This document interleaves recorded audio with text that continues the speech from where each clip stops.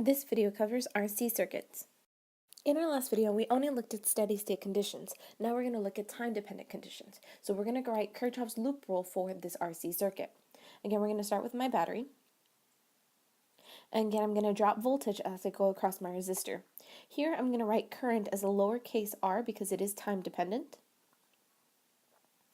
And then I'm going to drop some more voltage as I go across my capacitor. Here, I'm going to write Q as a lowercase q because it is also time-dependent.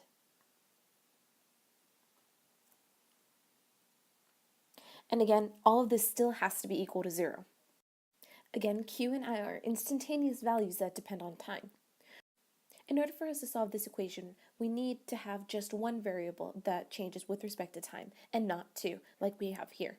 So what we're going to do is we're going to move IR to the other side.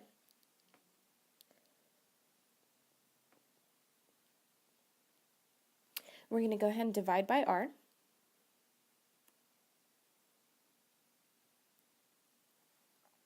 And then if you notice that now this equation is equal to current, and we said before that current is equal to our charge with respect to time. Now we only have one time-dependent variable. So if I go ahead and rewrite this, I get sigma over R, Q over RC is equal to dQ over dt. Remember, that's equal to current.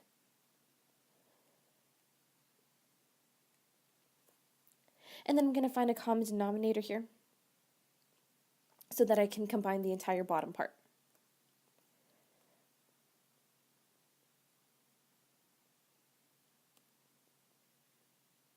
Now I want to get Q and dQ on the same side. So that means we're going to be bringing down this C sigma minus Q. And we're going to remove that dt so that I have my different variables on both sides. So I have 1 over RC dt is equal to dQ over C sigma minus epsilon naught. Now this is an equation that we can solve. I can take the integral of both sides, and then on the left-hand side, all you notice that R and C are constants in this case. Capacitance and resistance are constants. So my integral on the left-hand side is just t, and I'm evaluating this from 0 to t, so again, just t. I'm leaving R, C in my equation. And then on the right-hand side, we have our equation that's being taken the antiderivative of with respect to Q. Now, if you look at the bottom here, the only thing that is changing is Q. C is a constant, and sigma, or voltage, is also a constant. So we're going to do what's called U substitution. So U is going to be equal to C sigma minus Q. So du, I'm going to take the derivative with respect to Q. In this case, it's just negative dQ. And I'm going to go ahead and get dQ by itself, so that just means that I'm moving my negative over to the other side. And then I'm making my substitutions, meaning that wherever I see dQ, I'm now going to replace it with du, negative du. And wherever I see C sigma minus Q, which is U, I'm going to replace it with U. Now this is something we can take the integral of very easily. I'm going to go ahead and bring the negative over to the other side, so I don't need it on that side anymore. And the integral of du over u is just our natural log. So that means I have negative 1 over RC times t is equal to the natural log of u. Now we can go ahead and put the original equation back in. And then we're going to evaluate this from charge is equal to 0 to charge is equal to Q. So that becomes the natural log of C sigma minus Q minus the natural log of C sigma. Again, when you have natural logs that are being subtracted, you can just divide them.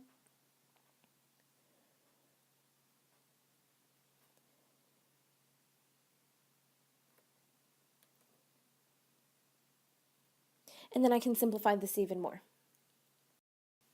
Again, to continue simplifying this, I'm going to take both of these equations to the e base. Again, the natural log and the e will cancel out. And I'm left with e to the negative t over rc equals c sigma minus q over c sigma. Again, I'm trying to find a function for q, so I want to get q here by itself. So that means c sigma e minus t over rc equals c sigma minus q. And then go ahead and rearrange this to get q equals c sigma minus c sigma e minus t over rc. Take c sigma out, and you have 1 minus e to the negative t over rc. Now, this is a function for q with respect to time. Now we can double check this equation so that it matches, and we make sure that it matches the conditions that we said happened earlier. So let's say at time is equal to 0, what happens? Well, I can plug in a 0 here at the top, and that gives me e to the 0 power, which is 1. So 1 minus 1 gives me 0. That means at time is equal to 0, my charge is also equal to 0. And that makes sense because my capacitor has no charge to begin with as soon as my circuit is flipped on. Then we can look at another condition where time is equal to infinity, meaning that this has been on for a very long time. I'm going to rewrite this equation as 1 over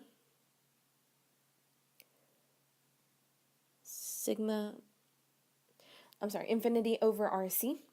Again, if you put into your calculator e to the 100 power and then e to the 1500 power, you're going to see that this value approaches 0. So 1 minus 0 is just 1. So at time is equal to infinity, my charge is equal to just c sigma. Now if you look at this equation, this is charge is equal to CV that we've said earlier. So this, when my capacitor has been flipped on for a very long time, then my charge or my capacitor is fully charged. It has the maximum Q that it can achieve.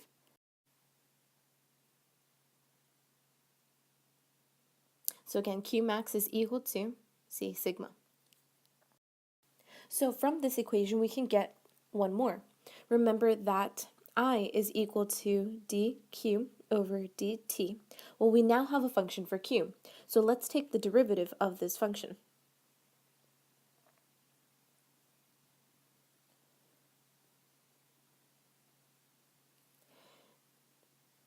Again, it's a little helpful for us to go ahead and distribute that. So then that becomes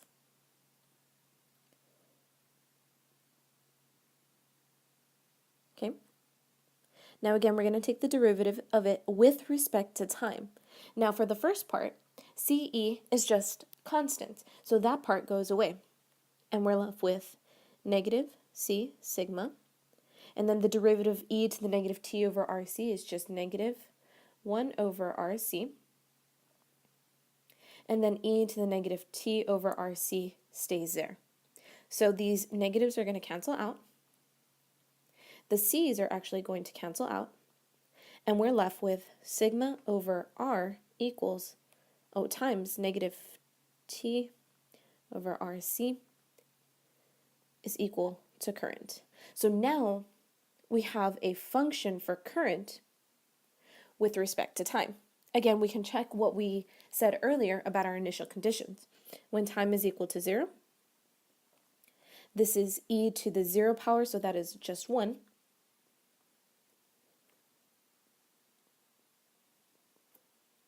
So then at time is equal to 0, my current is maximum. My current is equal to my voltage over my resistance, which we've said before. So again, this is referred to as my maximum current. And then when this has been on for a very long time,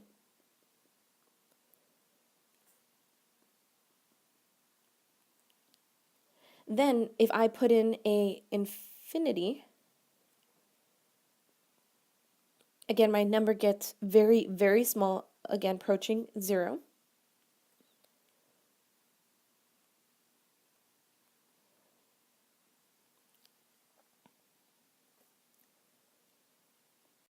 So again, when this has been on for a very long time, my current is equal to 0. Again, we said that before, that I no longer have current flowing through my circuit. Again, that matches up with the conditions that we've set in our previous video. And if we go back to our original function, we can come up with one more for the voltage across a capacitor. Again, what we're going to do here is we're going to divide both sides by C.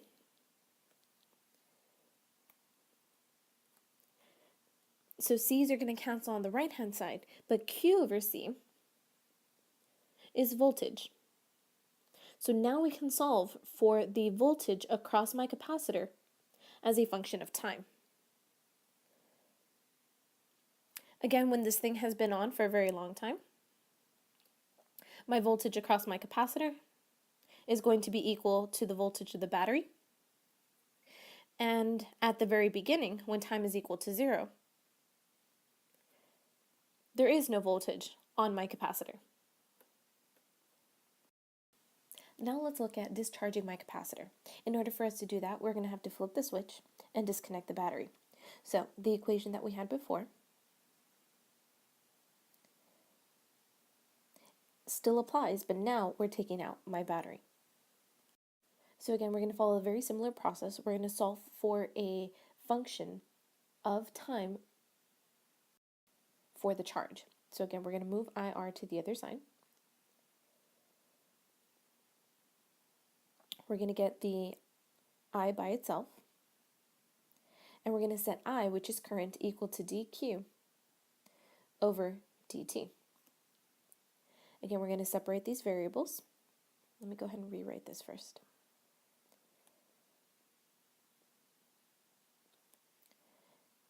So dt is going to go up, and we're going to leave the negative and RC there. And then Q is going to come down. Again, we've seen this equation before. We're going to take the integral of both sides.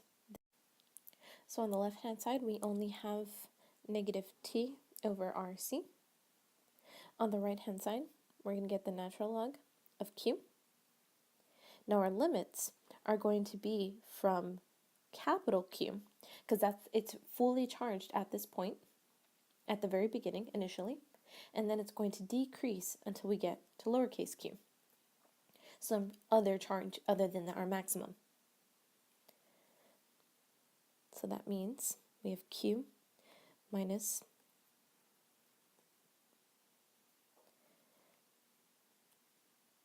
natural log of big Q. This just becomes Q over Q.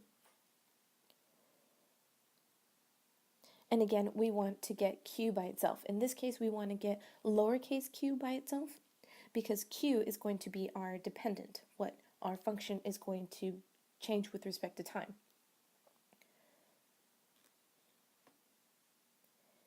That means I can bring capital Q up.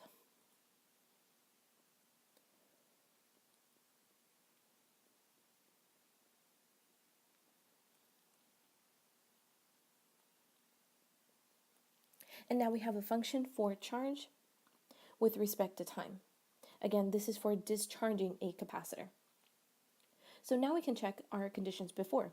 We know at the very beginning, when time is equal to 0, little q should be equal to big Q. And then we can check that.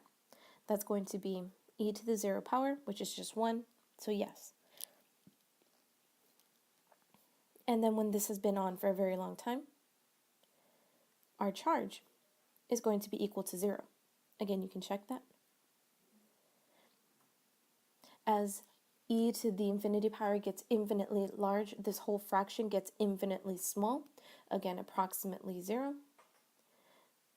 So then our charge is approximately 0. And then from this function, you can actually get the current and voltage functions as well. We can start by taking the derivative with respect to time to get current.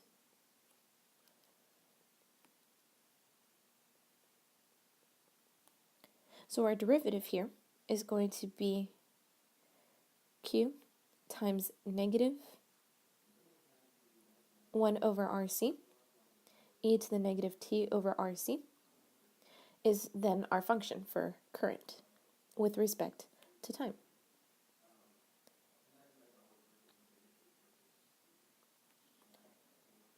This is a lot easier. Now you need to make sure that you always check your conditions. At time is equal to 0 when the switch is initially turned on, my current should be at the maximum, which in this case is equal to negative Q over RC. Now this negative just means that the direction has now changed, the direction of the current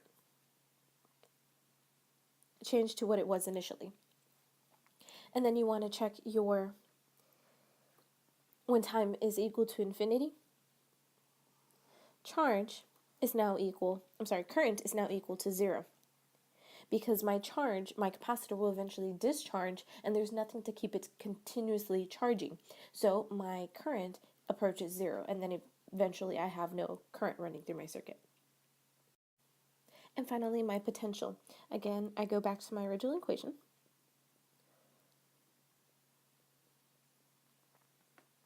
Divide both sides by C.